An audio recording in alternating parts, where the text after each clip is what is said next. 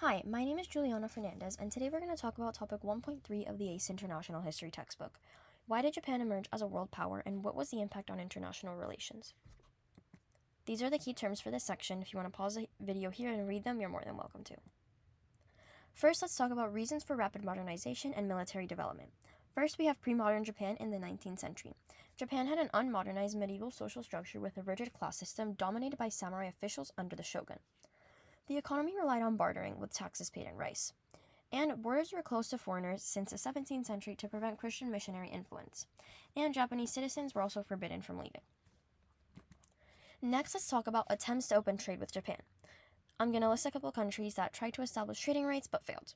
First, we have Russia in 1804, then Britain in 1842, and lastly, the USA in 1853. Additionally, the USA sought trade access for various reasons. First, expanding industrial output required new markets. Next, whaling fleets needed port supplies like coal. And finally, hostility after harsh treatment of shipwrecked American sailors in Japan. Now let's talk about the Fillmore-Perry incident, which was from 1853 to 1854. So basically, Commodore Perry went to Japan in a ship to deliver a letter from President Fillmore, and President Fillmore was just requesting trade access with Japan, wanted to establish trading rights. Japan denied, so Commodore Perry threatened violence, forcing Japan to open 2 ports for U.S. trade in 1854. And by 1858, treaties expanded foreign access to more ports and cities. Now let's talk about modernization and industrialization. First is the Meiji Restoration in 1868. Emperor Meiji replaced the shogun as head of government, initiating modernization to resist foreign imperialism. Next, a centralized administration united Japan under one government and capital city. And finally, a German-inspired constitution was adopted. Now let's talk about Western-inspired reform. Education, government, military, navy, and industry were modeled after Western powers. Additionally, infrastructure development included railways and telegraph lines for industrial growth and national unification. Now let's talk about the economic focus. Export trade, especially textiles, funded modernization efforts, and in this picture you can essentially see the Japanese women working with textiles. Next, let's talk about military development. 1/3 of the national budget was allocated to Army and Navy expansion. Compulsory military service for adult males. By 1894, Japan had 28 modern warships. And finally, patriotism and obedience to the emperor were emphasized in school. Shinto religion was revived. The Shinto religion was revived. Now let's talk about the first Sino-Japanese War of 1894. Okay, so first is the motivations. Economic needs drove imperial ambitions due to limited natural resources like coal and steel. So because Japan is an island, they were very resource poor, and their economic needs, they needed resources, etc. So those were the motivations for the war. Next, let's talk about the conflict over Korea.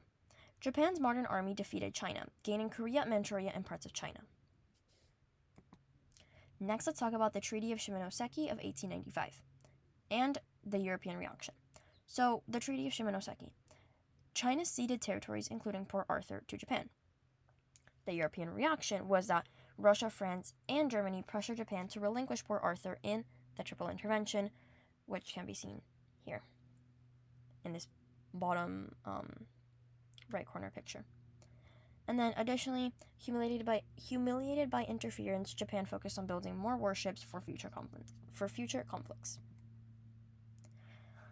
Now let's talk about international recognition of Japan as a world power. So first is Russian expansion in the Far East. By 1900, Russia occupied Manchuria and threatened Japanese control over Korea. Let's talk about the British concerns. Russian expansion endangered British commercial interests in China. This led to the Anglo-Japanese Alliance of 1902. Britain and Japan agreed on mutual neutrality unless either faced war against multiple opponents. Britain recognized Japanese rights in Korea, and Japan protected British interests in the Far East. So it was a win-win, and it worked out for both of them. Now let's talk about the Russo-Japanese War of 1904 to 1905. Let's talk about the conflict origins. Basically, Russia refused negotiations over Korea, and they invaded instead. Let's go over a few key events. First, we have February 1904. Japanese warships attacked Russian ships at Port Arthur in a surprise attack. Japanese forces controlled seas and advanced into Manchuria, defeating Russian troops at Mukden after a 3-month siege. Next is the naval battle at Tsushima in May 1905. Admiral Togo Heiichiro, probably didn't pronounce that right. Anyways, that admiral led Japan's modern fleet to victory over outdated Russian ships. Next, we have the Treaty of Portsmouth of 1905. Meditated by U.S. President Theodore Roosevelt, recognized Japanese dominance in Korea and ended Russian influence in Manchuria. Next, let's talk about Japan's role in World War I and global position by 1918. First is their participation in World War I. Honoring its alliance with Britain, Japan declared war on Germany in 1914 to secure South Pacific sea lanes. So here in this little newspaper section, you can see that Emperor of Japan declares war on Germany.